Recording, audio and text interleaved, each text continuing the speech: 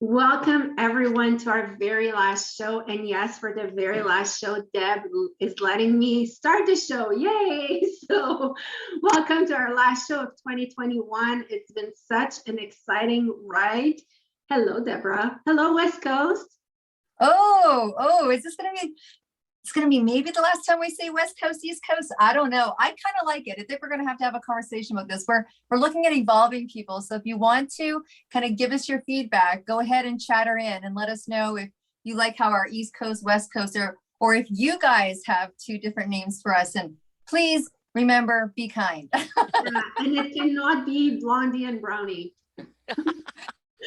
Exactly. Even though they are two baked goods, which I think we had a conversation about that one time where you're like, there isn't a cookie called the Blondie. And I'm like, oh, there so is a cookie called the Blondie. But there was in the 80s, but for all of you that were born a little bit after, we don't know what Blondie is. So, but we love our Deborah. So welcome to the show. Today we have a great show to close the year. Like I said, it's actually a year that is, it's actually a show that is really also defining the year that Deb and I had. So Deb, how would your personal experience and with keeping in mind that you need to be kind, what's your impression about 2021? Well, it was plate spinning. That's what if I had to come up with a word intuitively right now, it's plate spinning. It's like some of this, some of that, some of this. This is new. Shift this a little. Stop this for a while. Start this. Be brave, right? Be brave. I think it was definitely a year of bravery, particularly those that had to make big change. And I don't think it just stopped with entrepreneurs or lifepreneurs or parents or whatever. It was really a year of giving, collaborating, supporting, I'll help you, you help me, deliver food. It really was a year of, I think, the best of the human spirit. I really, truly do. When you wash all of that away, for us, well, Caroline, you told me to be kind. Yeah. For us, I think we had the same experience. I think for us, we came together, held each other up. I had your back, you had my back. There was times that you were stressed, I was stressed. And I think for a lot of people from the world of relationships, we're talking about relationships. And I know our guest is like, oh my gosh, I mean, she has multiple relationships because she's been with multiple people this year doing the most incredible work. But I think it had to be a year of reflection and forgiveness too, because we were stretched. And I think people were stretched. And so I think they're starting to come back to themselves. Yeah, and I agree with you fully. Like 2020 was a year that everything shifted. And it's the last time we use this word because 2021 was really adapting and, finding our way. And, I agree with you that it was collaboration. I've never had that much collaboration in my business or in my life in general, like just people wanting to help each other and understanding that we were all at a different place and we were all doing our best, I don't want to say to survive, but almost, there's some people that were there and we made it through. Well, we still have one day, but let's just pretend we made it through. Tomorrow is going to be amazing as well. But yes, today our guest is, I like how Deb said, like she had a lot of relationships and everything in 2021. Let me correct that a little. She had a lot of collaboration business-wise. We did not ask her about her personal life. So let's welcome the queen of collaboration, Sara Troy. Hi, Sara. Hello, ladies. Delightful to be back here again with you. Awesome. So Sara, when we talk about all of your relationships, can you help us demystify this? Yes, it sounds like I get around, doesn't it? Yeah. Well, when you do approximately around 4 podcasts a week, you're building a relationship just like I have with you two ladies when you came on separately and together to do a show with me. You can't help but build a relationship with the people. It's not just an interview and a podcast and off you go. There's a synergy, there's a connection, there's a collaboration, there's a cohesiveness. And at the end of it, if you're not feeling elevated, if you're not feeling inspired or excited, then somehow there wasn't a connection. And if you are, then that connection has built a relationship. And time again, I have many of my guests come back on again, refer me, etc., because we have built that beautiful connection there, and we know what we're about. And that, I think, is something that we're all looking for in business and in relationships, that connection, that vibe where you feel you know what that person's about. And you don't have to kind of tiptoe around or put on a facade. You can just be yourself and connect. And I think that's really important. So Sarah, people don't know you the way we know you, and why, I would make this, outrageous statement about how many relationships you have, but you probably, with the number of podcasts you have, so now she may have more from the last time I talked to her, but the last number that I had was that you had 18 different podcasts. 18 different genres, yes. 18 different genres. Yes, one podcast, but 18 different sectors, maybe. Mm-hmm. Okay, so someone's got to ask. So when did this start, and why did it start? What was it about podcasting that drew you in, or did you have an accidental intuitive feeling and it grew on its own? Like, share with us. How does one, I was at the end of one chapter that was rather devastating, because it literally had taken my money, my life, my everything. And it was something I thought that was really, really important that I was meant to do. And it was just obviously only meant to go that far, and that was it. And I was at a crossroads, and I do clinically suffer from depression. So I'd written something on depression. And when I get into that state, I need to be proactive. I need to help other people because that helps me. And somebody read something I wrote and went to my site and said, "Oh, I think you'd be good to join my podcast network." And I said, "What's a podcast?" I had really not connected to any of that at that time. And I said, yes. And they were live. And I call it the soap opera training, because everything can go wrong with live. And everything did go wrong in that 13 months. But it was a wonderful training. But it was also a wonderful eye opener, because I was at that phase of humanity sucks. Do I want to be here anymore? And then to meet people who had gone through the process of life, gone through the struggles of life, gone through their own battles, but now to be of service with other people. And the things that they were doing were just so utterly wonderful that I knew I had to continue to do it. So 13 months later, I started my own network, which is now 8.5 years, and I've been doing podcasting now for 9.5 years. And this is where I'm meant to be. I just love getting to meet people like you who are making a difference, positive difference in the lives of others, because that's what I believe community is about. That's beautiful. And you know what? I'm saying that's beautiful because of the fact that you said you were in a clinical depression and you chose to really use communication to get out of it. And I know, for having been there as well, that brushing your teeth can be quite a challenge. People who never lived it don't understand. No. But so to go to the extent of saying, I will put myself out there and I will say what I have to say, takes so much courage and strength. So congratulations for that. And I'm sure I wasn't there the first year, I didn't hear those podcasts, but I'm sure it really helped people who were listening to your podcast to get out of the same thing, which that is huge. And that's what I love about those platforms, is that, if we can help one person, make one person's day better that day, we did our job. But so congratulations for that, because that's not a little achievement, it's huge. And I love the fact that you're open about it. So tell us a bit about that, like the fact that you're open about it, because now it's starting to be a bit more open, but 8 years ago, saying these things was not necessarily, the trend. So how I know, do you go through that? I mean, I kind of quintessentially been a freak all my life.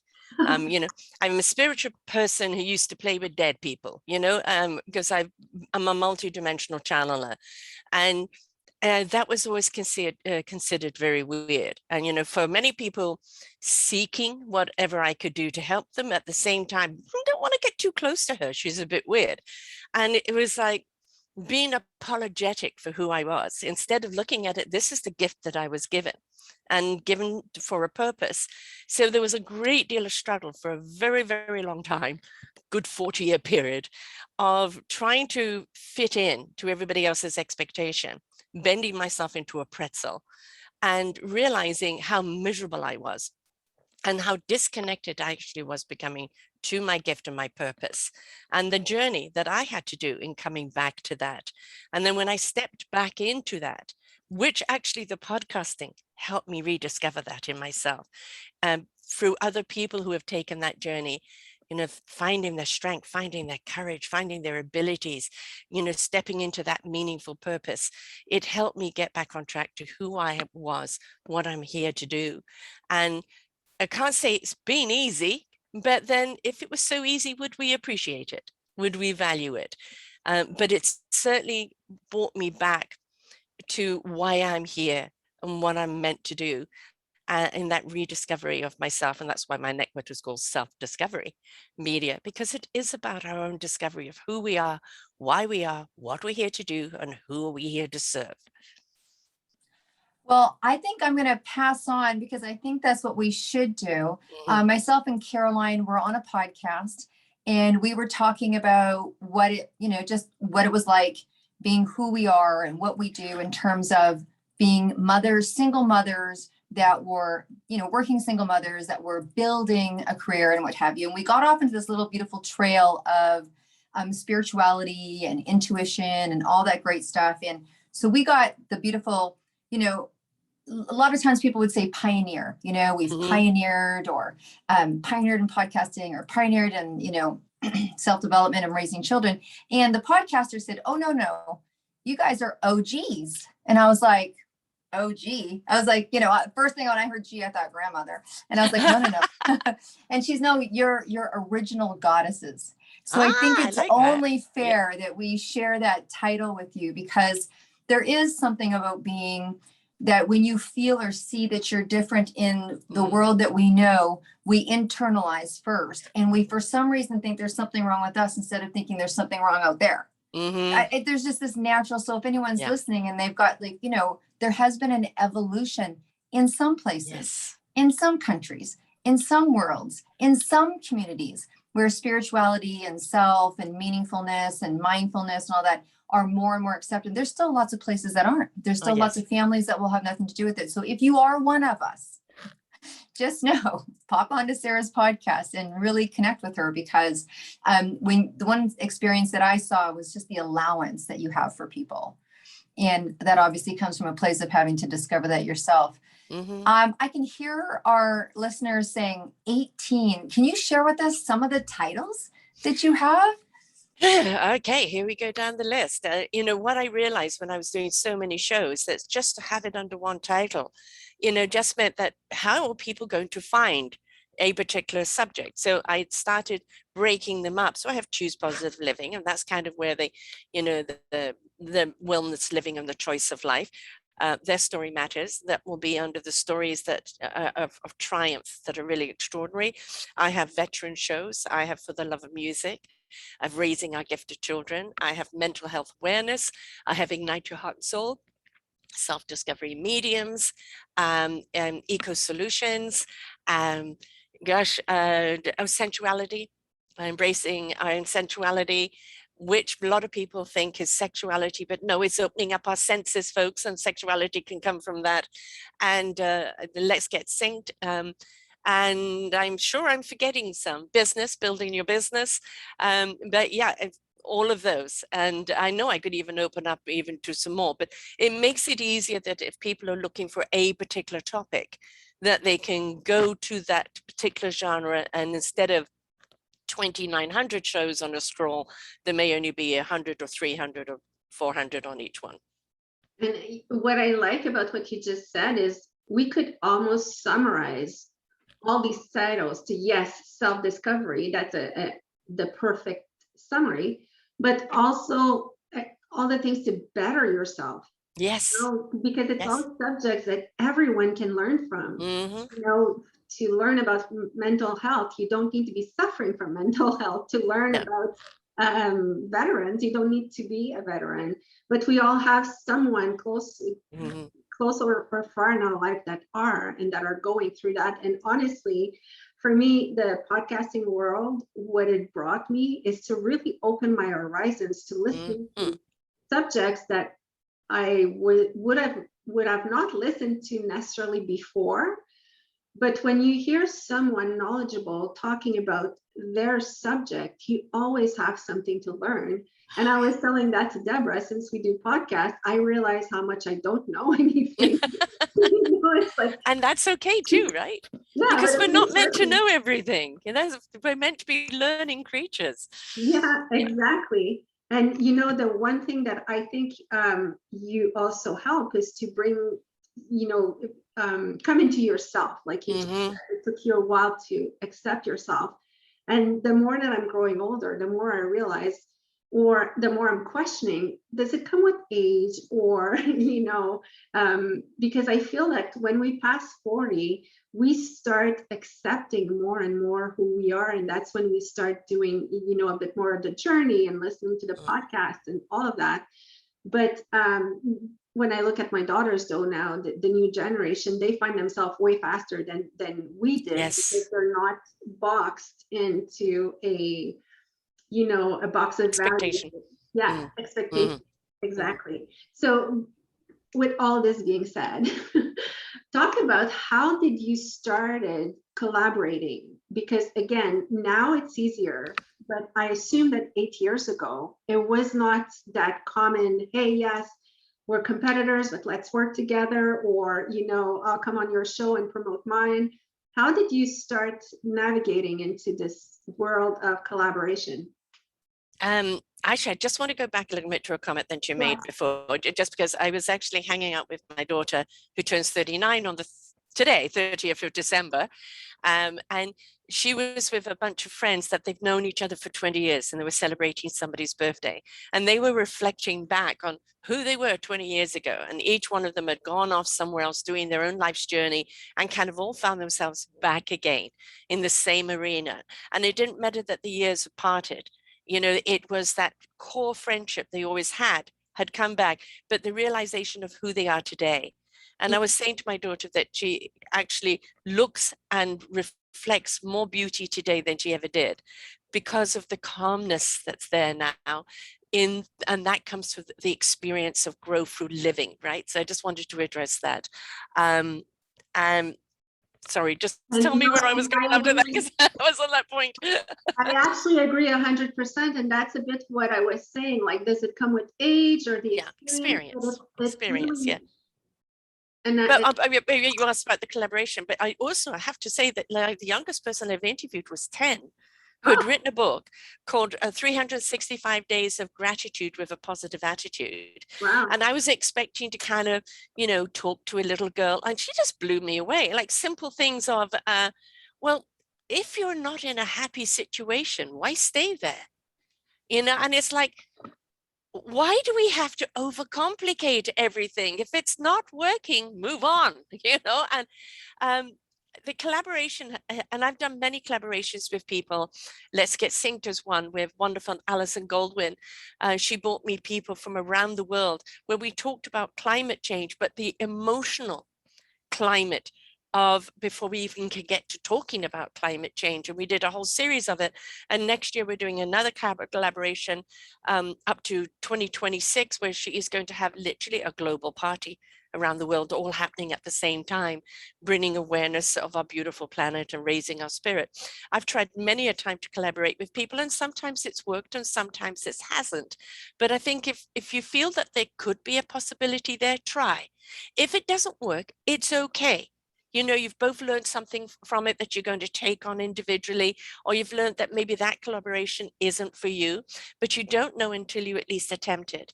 And then other collaborations have been absolutely wonderful and produced some fabulous things. But I think be open to collaborate in any which way.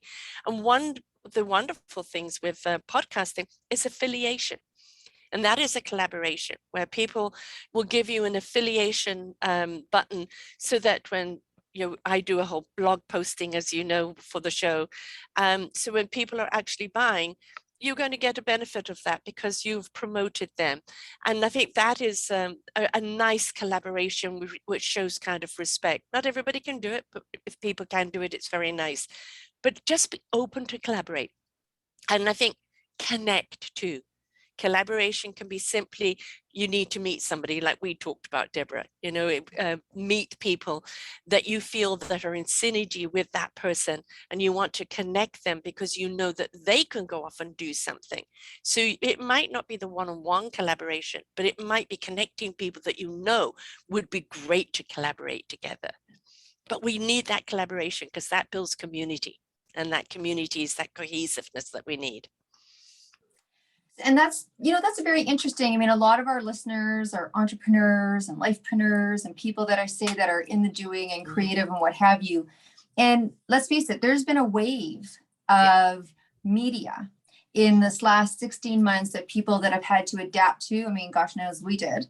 And I did personally in my other businesses. And sometimes it comes easier, sometimes it doesn't. And I think if it's not part of your uprearing, like, our children, like, we still have some ones that are in the teens. I mean, to say, oh, you'd have to build a business on social media, they would go, well, duh, because they don't remember belly to belly. Right. You know what I mean? And so they were like, conversations. What other way is there? What am I going to do, Mom? Yeah. TV ads, you're like, oh, okay, that's right. I love you. I made you. That's right. Keep it there. But the point is, I'd like to highlight a little bit that when people talk about social media and how we are actually coming together as businesses, and I see it in my son's fashion industry, I see it in the sneaker industry, they call them collabs, they call them collabs, and there is collaborations happening with a lot of companies that are coming together to share space or share expenses, and this here is sharing wisdom. But I want to highlight to people that podcasting is part of social media. It is something you can do to promote your business. You can have your individual one. You don't need to be as versed as you think. This is a very much learn as you earn kind of situation. There are podcasts where you can donate to show support. There are podcasts that you actually pay to come on as a guest because it's going to elevate you as a business. So this is a very powerful marketing tool for you to have that exposure, because people want that authenticity. They want to see you. They want to hear you, which is why everyone is shifting their social media to doing more lives and letting people in and showing themselves in a very natural state, where I remember very much in the 80s and probably strong within the 90s, right? Caroline's laughing. She's like, yeah. But it was very much more glam.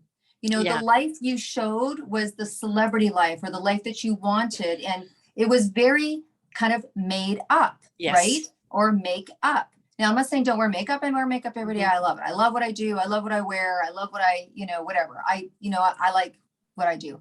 But it is letting people in that lens. And I think that's what we do as podcasters, is we allow people to show what they show, do what they do, say what they say, and obviously give them a platform. Because it's okay to shout from the rooftop that you're an author, that you are making a difference, that you can show other people how to do that you are a powerful medium, so I think I just wanted to highlight that for people that want to know they can do this themselves, or use platforms of podcast to elevate what they're doing, just like they would do if they wanted to have a TV commercial or a radio spot. And that this is very much where people are coming to learn about people, use and buying their services. This is a whole new business, I feel, that has been, now you've been in it longer than we have. I know. I think it's gone from information to media, Well, I've always said to people, put your interviews up on your site, because if people want to know, I say to people, I look at their sites when I'm going to interview them, and then you talk to them and I go, somebody else did your site, didn't they? Yes, because it doesn't reflect you at all.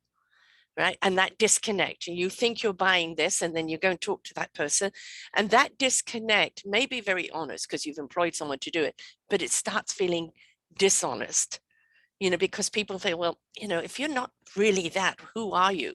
So always please make sure that your representation of yourself on social media, on your website, is you, is a reflection of who you are.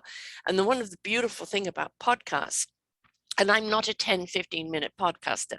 We're an hour, we go longer, we pull back the onions, we get into being beautifully vulnerable and honest. And I've had many persons say, I've never told anybody that before. Now they've suddenly told everybody, and it's that gift of vulnerability, which I think is the greatest gift you can give of yourself, but it helps people relate to you. It helps people feel that honesty and that open honesty, even of struggle, or even of struggle they're still going through. They're so tired of the hype. They're so tired of the rah-rah. People just want to, but you're not talking to me, you're not hearing me. And when you hear somebody talking vulnerably about their own struggles and where they are today and what they did to get there, then people go, I want to know more. I want to know more about you. I feel that you could really help me because I feel you're speaking to me. So I think that podcasting is a wonderful calling card, business card, introduction. And very many times when people listen to someone on a podcast and then they reach out to them, I know you already. And then that connection is made. And I think it's so much more. Does it take longer than a quick card and a big flash? Yes. Is it more honest, more in depth, more opening, more welcoming, more setting the stage? Yes.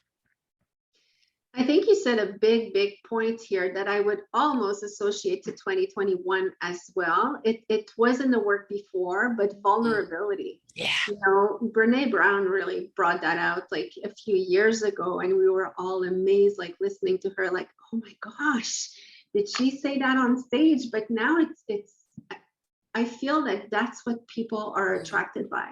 Call it authenticity, true that, vulnerability, or whatever, truth. People are attracted to that because I think you also said a big point. We're tired of having to meet expectations. Like if I look at myself, like I'm going on my 50s. It's been decades that I'm looking at magazines and everything, and I don't look like that. I don't look Nor like do they. Nor do they. They're airbrushed. So you wake up in the morning and you try to do everything you can to look like they look after makeup, photo shoot, lighting, touch-ups, and everything. And I say that for that, but I also say that for social media. Because a big part of social media was that before. It was like perfection was on social media. I always say to people, don't compare your life to someone's Facebook life because, and that for me was a huge revelation when I stopped drinking myself and I decided to put it on social media. I got hundreds of messages and it was like, oh my goodness, I thought your life was perfect. Oh my goodness. I would have never guessed you had a problem.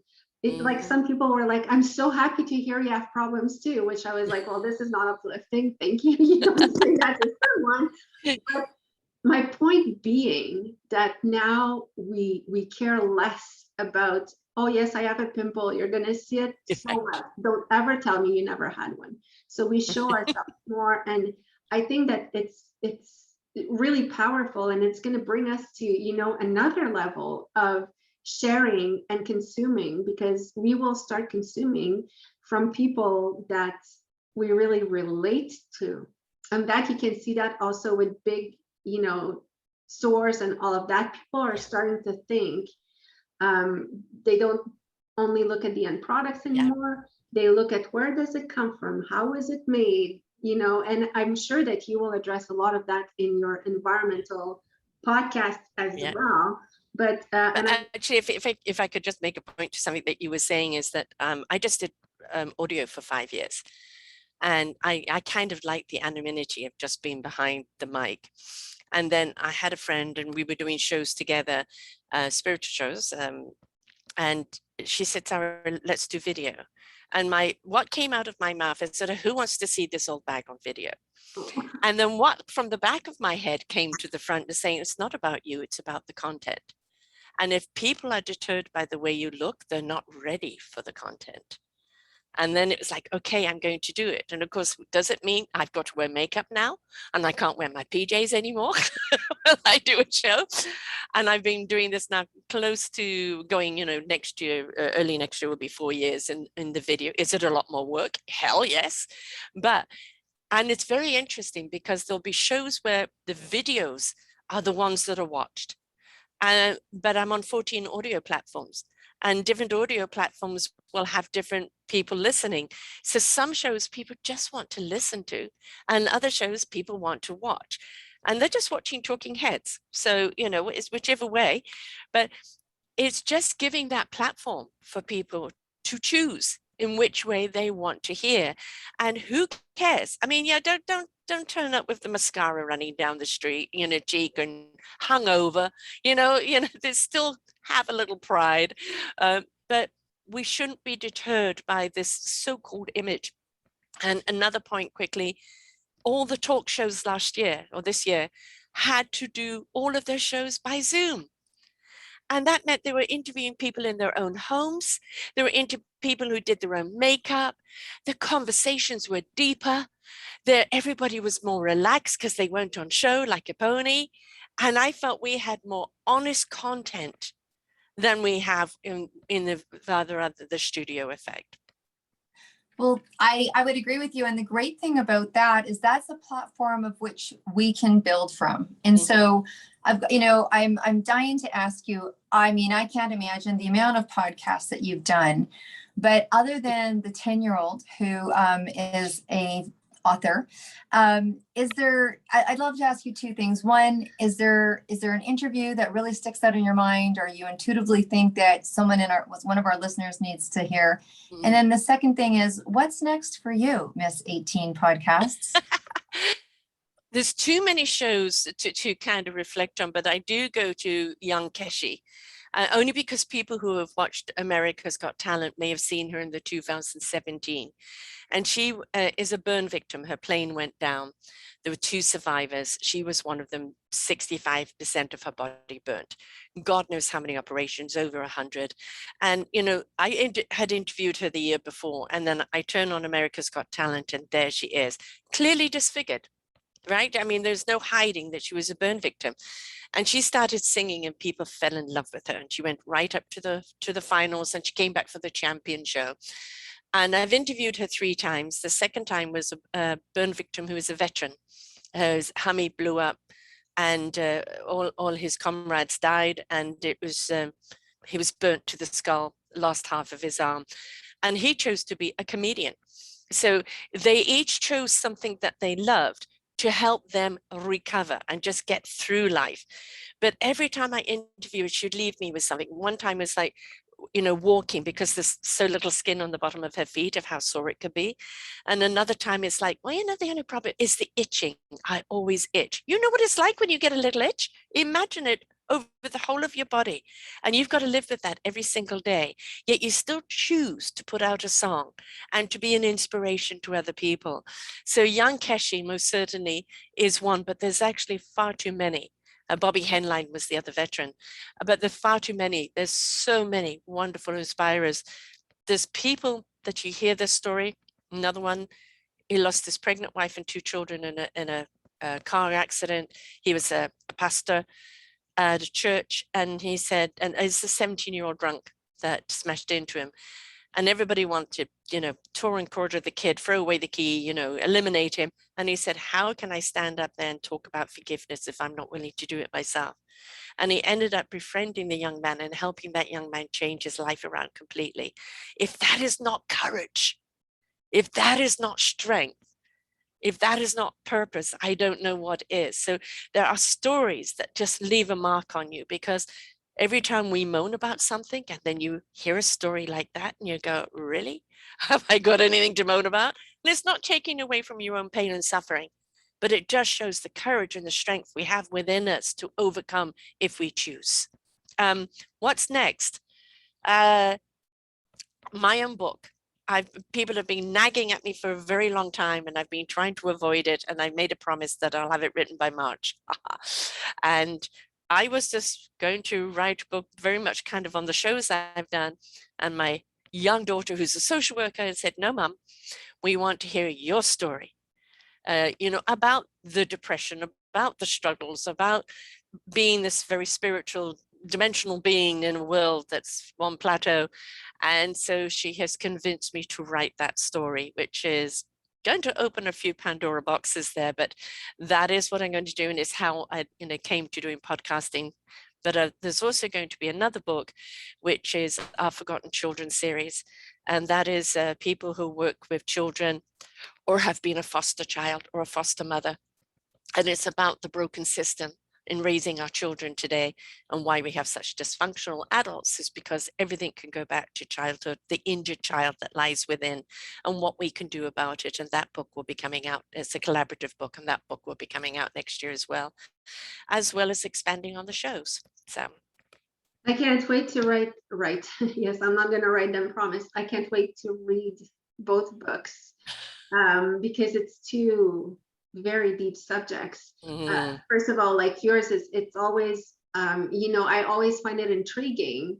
So that's one of the things that I love to read, biographies, because you get, and I love even more the autobiographies, because you get into the person's mind and how they thought and how they felt. And it's so easy to assume when we look at someone, assume what they like, assume what they don't like, what they feel, and blah. But reading it is, and for some reason, I'm sure yours will be very deep and well written. So can't wait to read that. And the other one on foster kids, it's funny, we just had like such a, I'm not going to get into that subject, but yes, I'm looking forward to reading that as well.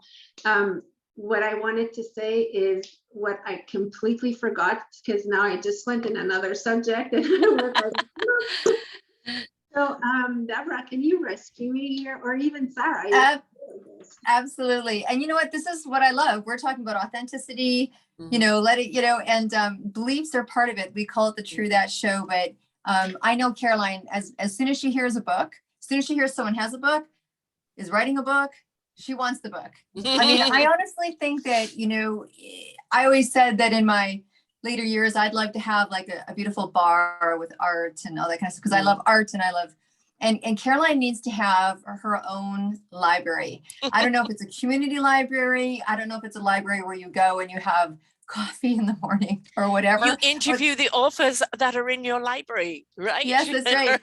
From the library. I have this vision of story time. I got to tell you the coolest way. I'm just getting this flash, and then I know this isn't probably where you want me to go, Caroline, but there's this great movie that I've watched forever and ever and ever and ever. And it's called A Bed of Roses, and with Christian Slater when he was younger. And one of the things that he does is he owns this flower shop that he took over after he had this big multi-corporate career, and he lost his wife and he took over his grandfather's shop.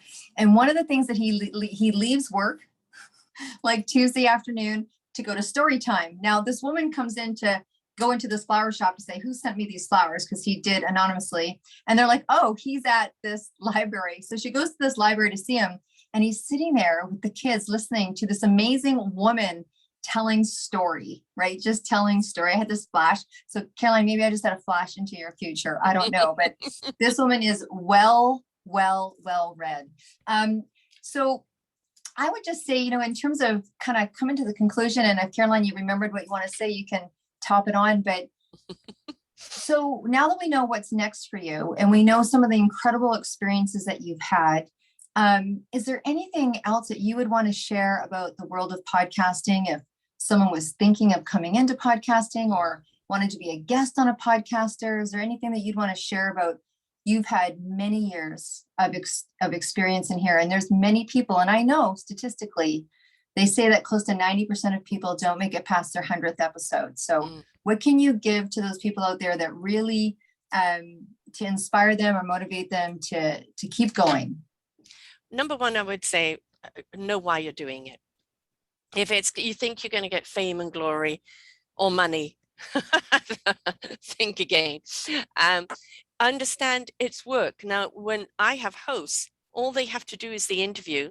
They have a form that they have their guests fill out. I do all the work. Yet many of the guests, the hosts that I've had, oh no, it's too much work. All you have to do is the interview. And so, it looks glamorous. It looks like it's easy. it looks like it's this and that, and they realize how much work that goes into it.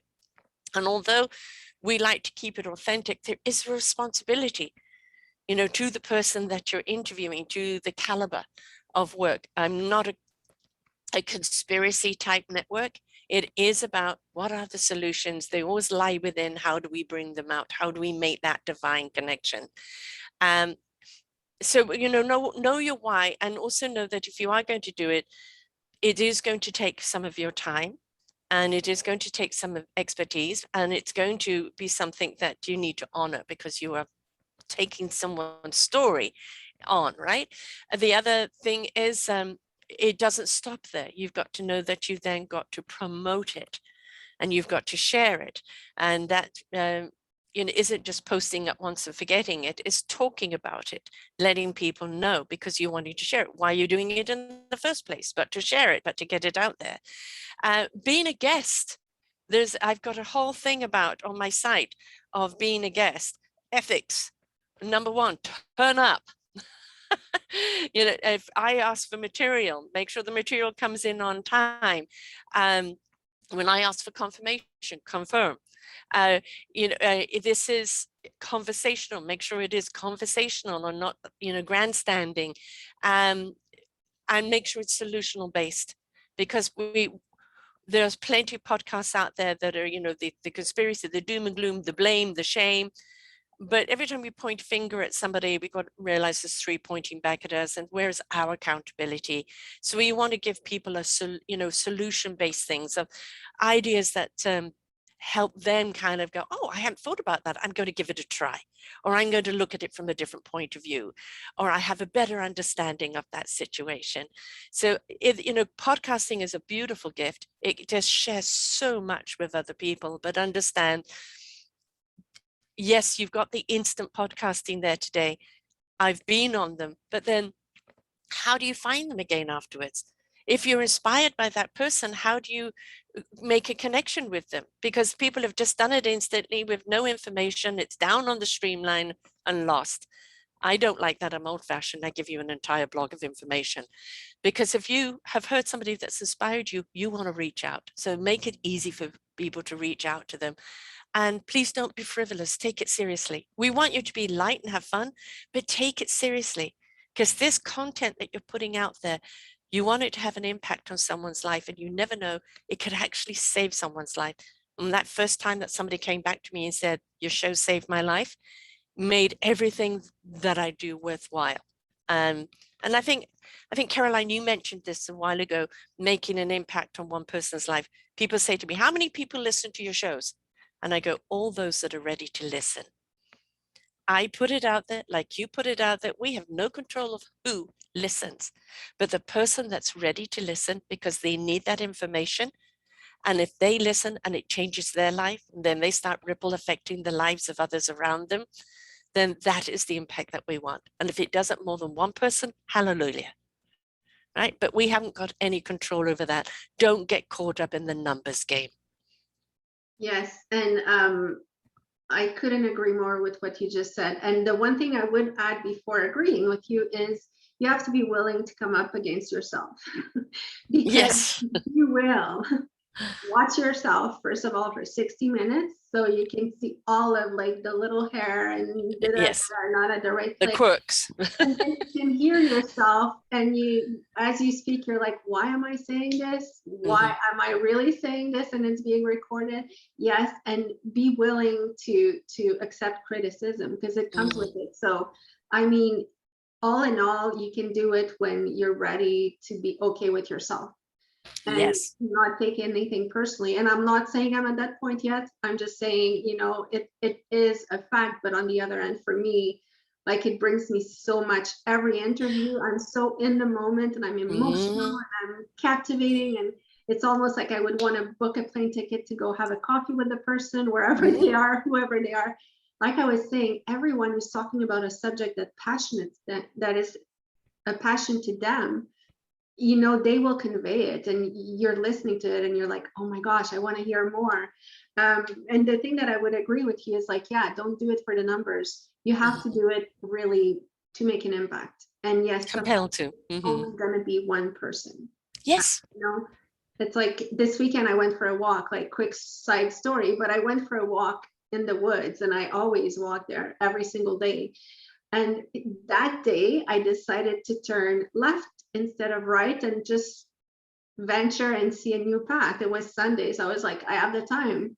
Out of the woods, out of nowhere, there's this old man that comes out of the bushes and he's like, Mom, I'm lost. He was seriously probably 90. I felt bad. I was just like, oh my gosh. He was 2.5 kilometers from his house walking. So I was thinking to myself, and I walked him back to his house. But I was thinking to myself, see, I had to turn left Yes. because that man was lost. And You didn't argue with yourself. You just went with it. no, and the thing is, like, literally, we didn't see another living soul. That was my dog, him, and myself. But my point is, it's the same thing for a podcast. I like when Deb talks, sometimes she'll be like, I don't know why I just said that, but I think someone needs to hear it. Yeah. So it's really about making an impact. And yes, one person listening is the one worth it. So thank you. I would say a big word in podcasting is allow. Don't dictate. You can be a conductor, but allow the musical instruments to go where they need to go, right? Don't dictate. If you dictate and rigid, are you going to send me a series of questions? Question 1, question 2, no. You know, those can be there as a guideline because you want to address it, but just allow the flow, allow it organically to grow, and listen to your intuition just as you did. Go left, right? You don't always have to go right. So Sarah, I absolutely love, you gave us so many golden nuggets, and that's what I love about listening to someone with experience. Is it comes so naturally that you don't realize how much golden nuggets the person is actually giving you. So thank you for your time. Thank you.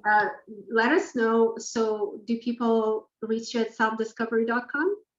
Selfdiscoverymedia.com. Yeah, sorry. Media, selfdiscoverymedia.com, and they can reach out to me at info@selfdiscoverymedia.com if they want to be a guest, if they want to be a host, or if they just want to reach out and have a chat. Awesome. And we will put all these information with the podcast when we post it. And I will let Deb close the show because on our podcast we're 2, and it's especially Deb. It's about the last one of the year. So, and Happy New Year, 2022. Yeah, Happy New Year. Yeah, it's going to be an awesome year, folks. I know. Crazy. It's going to be incredible. So thank you so much for being on the show. What a great way to end the season with someone who is seasoned. And right, Caroline, what a blast it has been. And I'm so looking forward to discovering more about ourselves and other people. It has been a stretch for us.